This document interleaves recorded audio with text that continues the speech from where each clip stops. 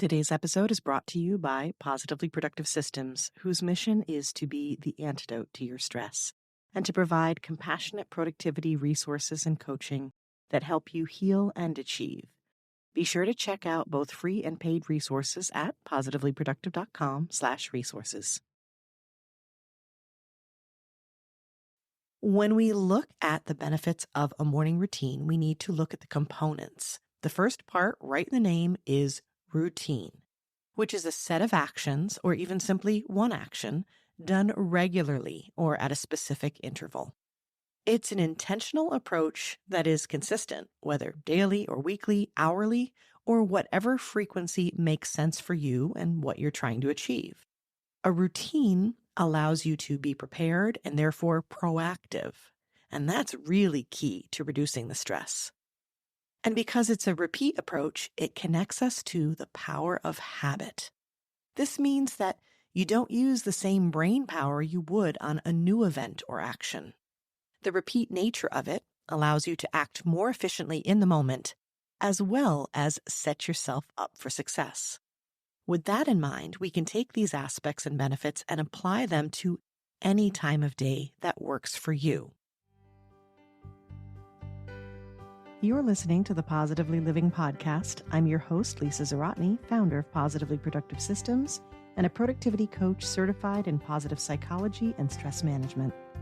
Join me as we explore ways to live a more proactive, positive life with episodes on productivity, self-awareness, mindset, entrepreneur life, habits and systems, simplicity, fun, and more. I understand overwhelm personally as a multi-passionate entrepreneur, wife and mom to kids and cats, and as a caregiver.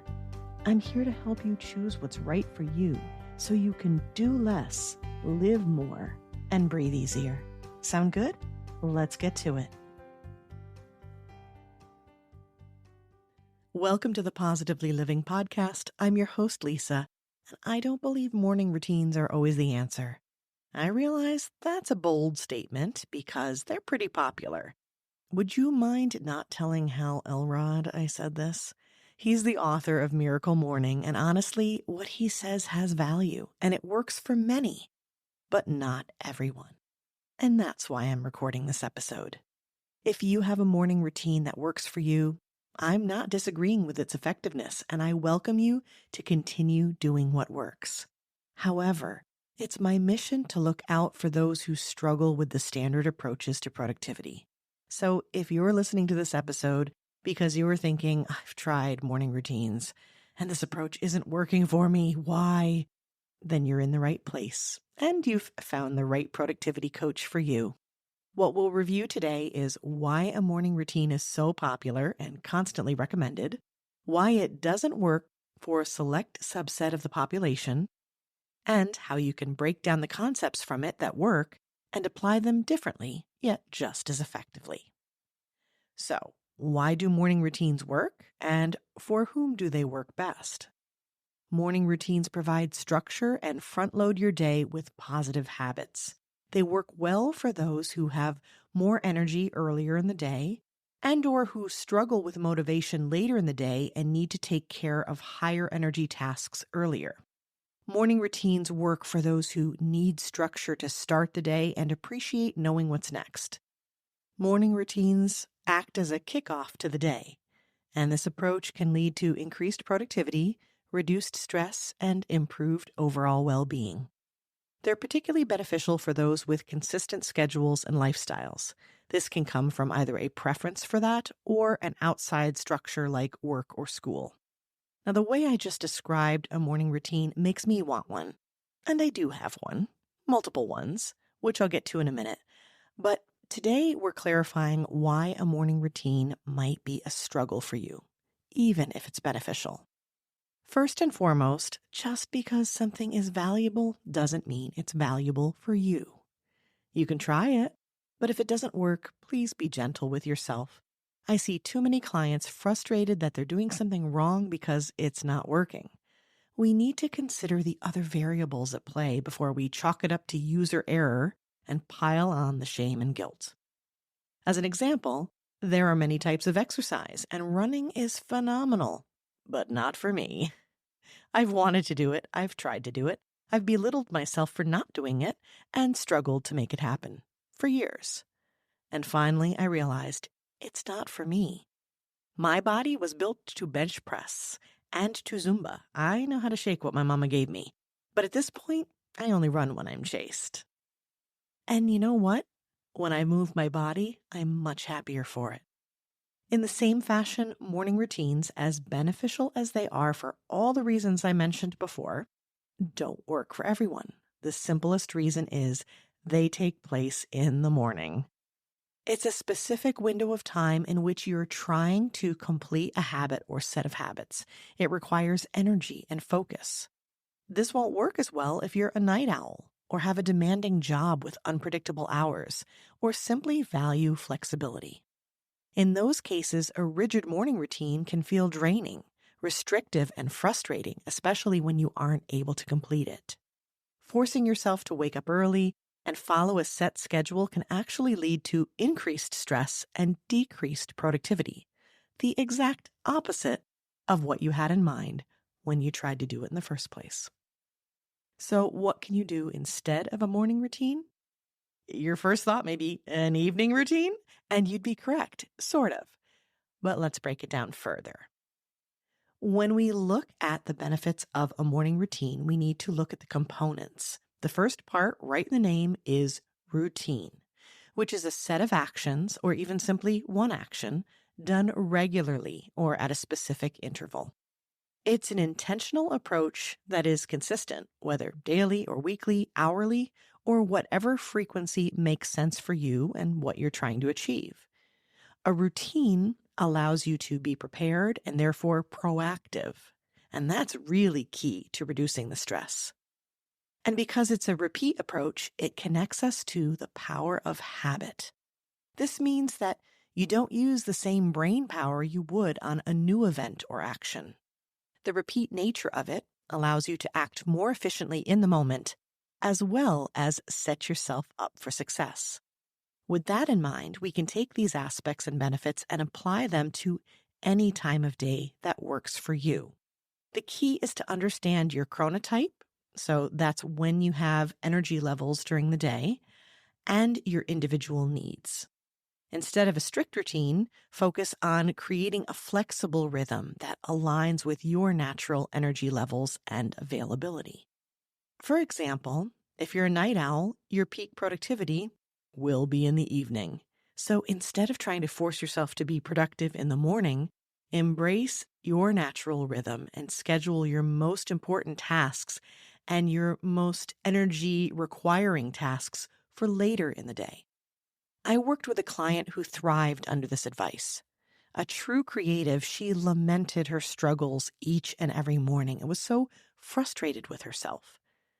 And when we examined her tendencies and mapped out her energy, we realized she was a true night owl. So we shifted the bulk of prepping for the day to the night before. That's how we front-loaded the day, not in the morning of that day, but the night before. So we made her morning routine as limited as possible. So technically there's still a routine because there are still repeat habits, but it was as basic as get up, brush teeth, throw on clothes, head out. And yes, that is a routine, but it was the kind of routine that she needed for the morning.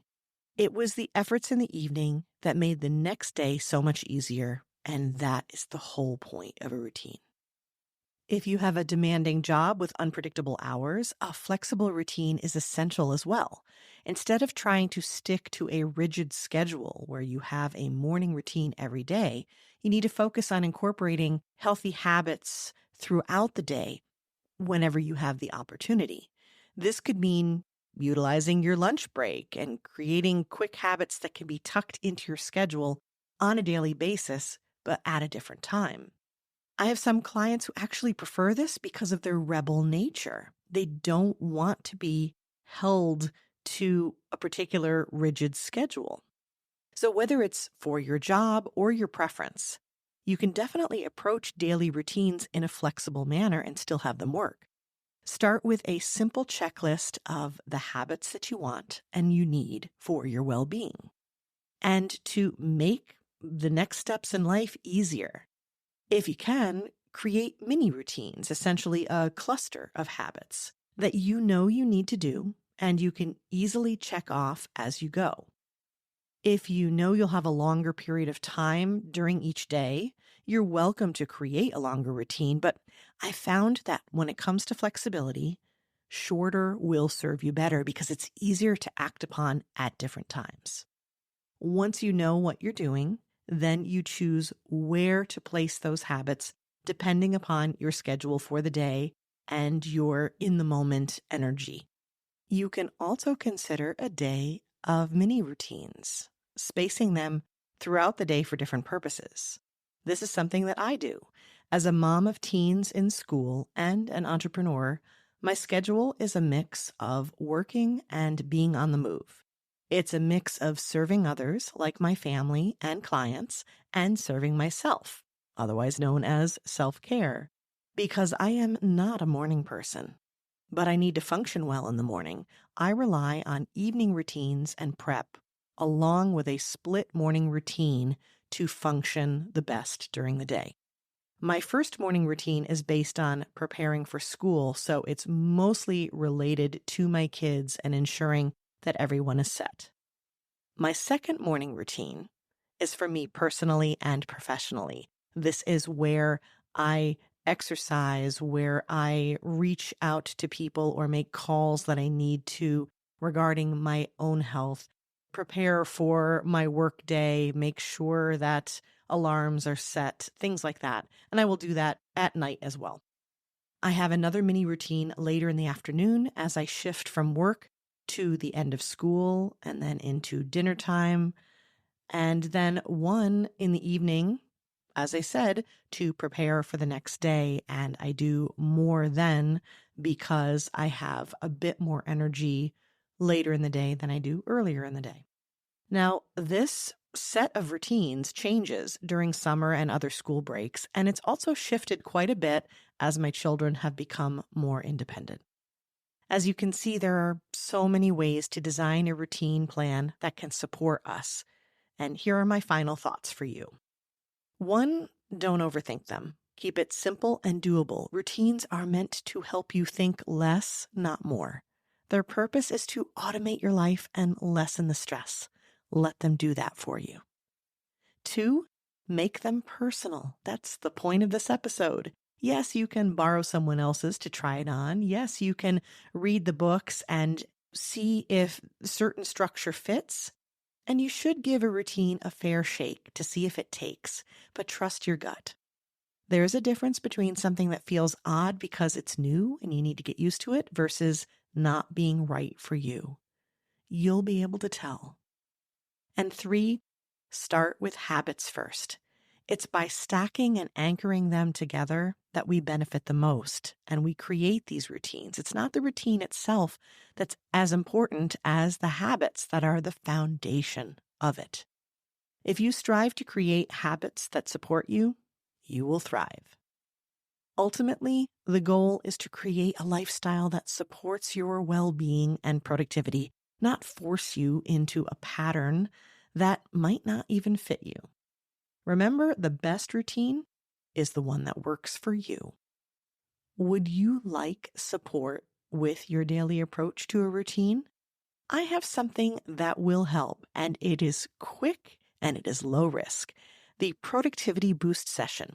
This is a fast and effective 45-minute session. It's like a speed round style of strategy for a needed boost. It's highly effective for shifting a habit, quickly reviewing your weekly schedule, discussing productivity-related tech and systems, and moving past decision hurdles for prioritizing. It's a fantastic way to try out coaching if you're new to it, and you will walk away encouraged and inspired to take action. And yes, in that time, we can definitely create the best daily routine for you. So you can book that by going to positivelyproductive.com/boost, BOOST. And as always, I look forward to hearing, do you have a morning routine? Do you have a different kind of routine? What works for you? Or what do you think might? Definitely message me, let me know, and I look forward to our next conversation.